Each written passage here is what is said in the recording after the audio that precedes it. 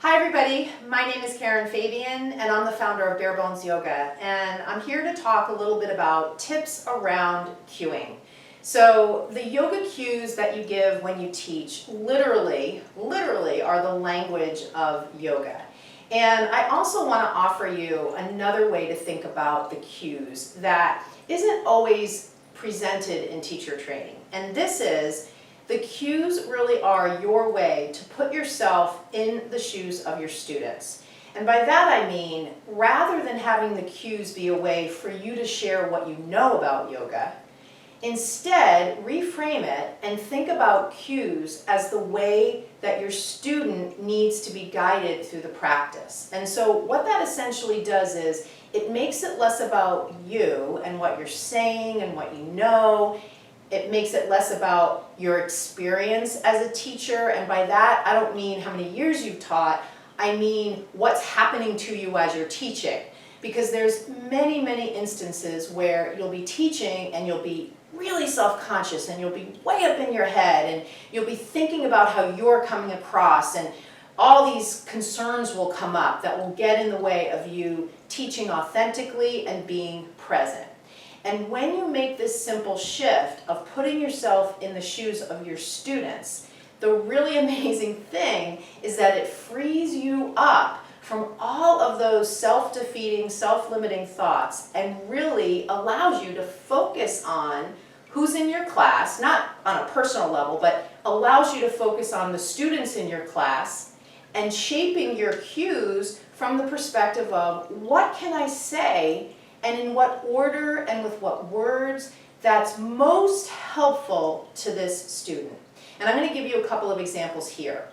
So one thing that I notice when I work with teachers one-on-one, and even in my group training program, is that many teachers are trained to start out with the name of the posture. Now you might listen to this and think, oh my God, what do you mean? You don't want me to say the name of the posture? No. However, what I'm suggesting is, don't lead with that.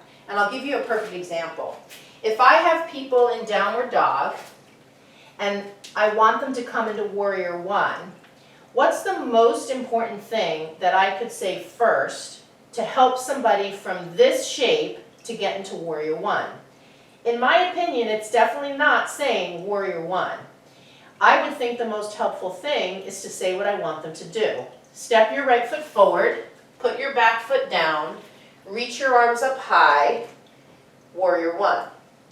So you can see in this simple shift of moving the name of the pose to the end, I've put the actions that I want the student to take first. And that is a perfect example of thinking about the student and what the student needs more than just kind of the traditional way teachers are trained, and I was trained this way to do it, all that kind of stuff. Another thing to think about is, instead of cueing all to the breath, to have that be secondary as well. Now you may also think that's blasphemy because yoga is a breathing practice. However, I just gently suggest to you that your students are going to be breathing whether or not you cue them to do it, and you can cue them to mindful breathing once you get them in the pose. So let's say I want to have them come into warrior two. I could say, step your left foot forward, drop your back heel to the mat, lift up and reach your arms out wide. Come into warrior two here, take a full breath in and a big breath out. Take a full breath in and a big breath out. And I think you get it from there. So I'm basically just transposing or shifting when I say the name of the pose, the cues to the breath, and in this way, this very simple shift, it allows me to focus more on the student and what the student needs. So these are just some simple shifts. Now, the other framework I will offer you, and I have a couple of different frameworks for cues. The one that I'm going to talk about today has to do with, again, this idea of putting yourself in the student's position, and as a teacher, giving yourself a way to stay really present rather than getting caught up in what's happening in your head.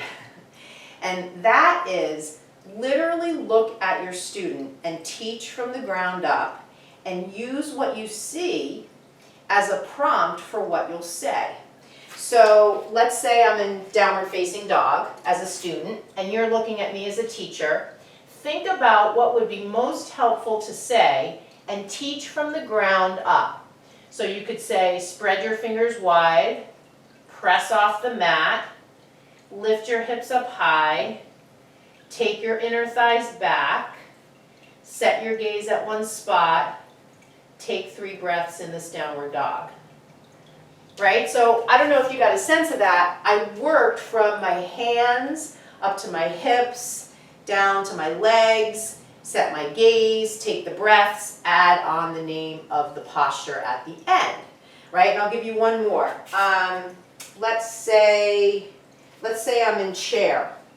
So I could say, reach your arms up high, bend your knees, sit low. Right? So now I can start to cue them from the bottom to the top. Squeeze the inner edges of your feet together, hug your thighs into the center line, drop your hips low, reach up, spread your fingers wide. Take a full breath in and exhale out. All right, and so there, I didn't even say the name of the pose. Again, that's not always necessary. You've got a limited amount of time, and even more so because of that, you want to maximize that time. And that framework of cueing from the bottom up gives you a guide and will prompt you as to things to say because you're watching the person, you're looking at the person, and as you look at them, you'll be prompted to what to say for the cues. So remember, it's really from a broad perspective, putting yourself in the shoes of your students, putting yourself in their position, and that will inform how you give your cues rather than, quite frankly, how most teachers are trained, which is this is our standard way to cue, start with the name of the pose, go on to the breath, here's the family of things you should say.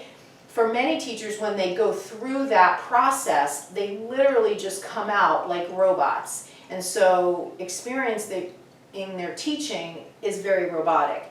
When you're trained in this way that I'm suggesting, it gives you a lot more freedom. And the foundation of all of it, quite frankly, is the anatomy. That's my specialty. That's where I focus my training in my Blueprint Learning program. And it's, in my opinion, so important for teachers to have that as a foundation because let's face it, many of the cues, if not all, really have to do with the anatomy. That's not to say all your cues will speak to the anatomy. However, the more you know anatomy, the more freedom you'll have to cue in a way that's grounded in knowledge and gives you the freedom to say it in a way that's very authentic to you. So I hope you've enjoyed this. I want to end with a couple of ideas. So if you're looking for some help with this idea of sequencing and cueing, I want to direct you to my brand new membership service called the Bare Bones Yoga Practice Portal. This is an online platform where you can take live classes with me for free and then subscribe for recorded content that covers a whole host of different things. Recorded sequences that specialize in certain areas, recorded sequences that start out with a little anatomy lecture, guided meditations, journaling exercises focused on personal growth, live workshops, workshop recordings. It's really a full service platform for teachers and for practitioners. So the Bare Bones Yoga Practice Portal, you can just sign up on my website. Right on the homepage, you'll see the link and the picture for the portal. And right now, it's the beginning of August, it's just $9.99 a month. So that's a really helpful tool that both teachers and practitioners love, and I'm already getting some great reviews. It's only been live for about a month and a half. Now the other thing I mentioned is my Blueprint Learning program. This is my signature program for yoga teachers all around learning the anatomy and how to translate it into the cues you share. And again, this is a very powerful combination and very different from what many teachers experience in their training. What many teachers experience is, here's the teacher training agenda, here's some anatomy, and that's it. What my training provides is specifically the anatomy. So it's really kind of a deep dive into that. And then additionally, how to apply the anatomy to the cues you share. And that's a very different experience for many teachers. Teachers come to my training after taking 200-hour trainings, 500-hour trainings, and they still feel that lack of confidence around sharing anatomy-based cues. So once you learn my method for blending the anatomy into the cues, it will absolutely shift your teaching. And all of what we're talking about here, teaching with confidence, not being stuck in your head, teaching authentically, having the freedom to share from a wealth of knowledge, all of that is available to you once you go through my program. So to sign up for the wait list for the Blueprint Learning Program, again, that's on my website, barebonesyoga.com. So thank you so much for watching. Don't forget to click subscribe so you don't miss the next video, and I'll see you soon. Namaste.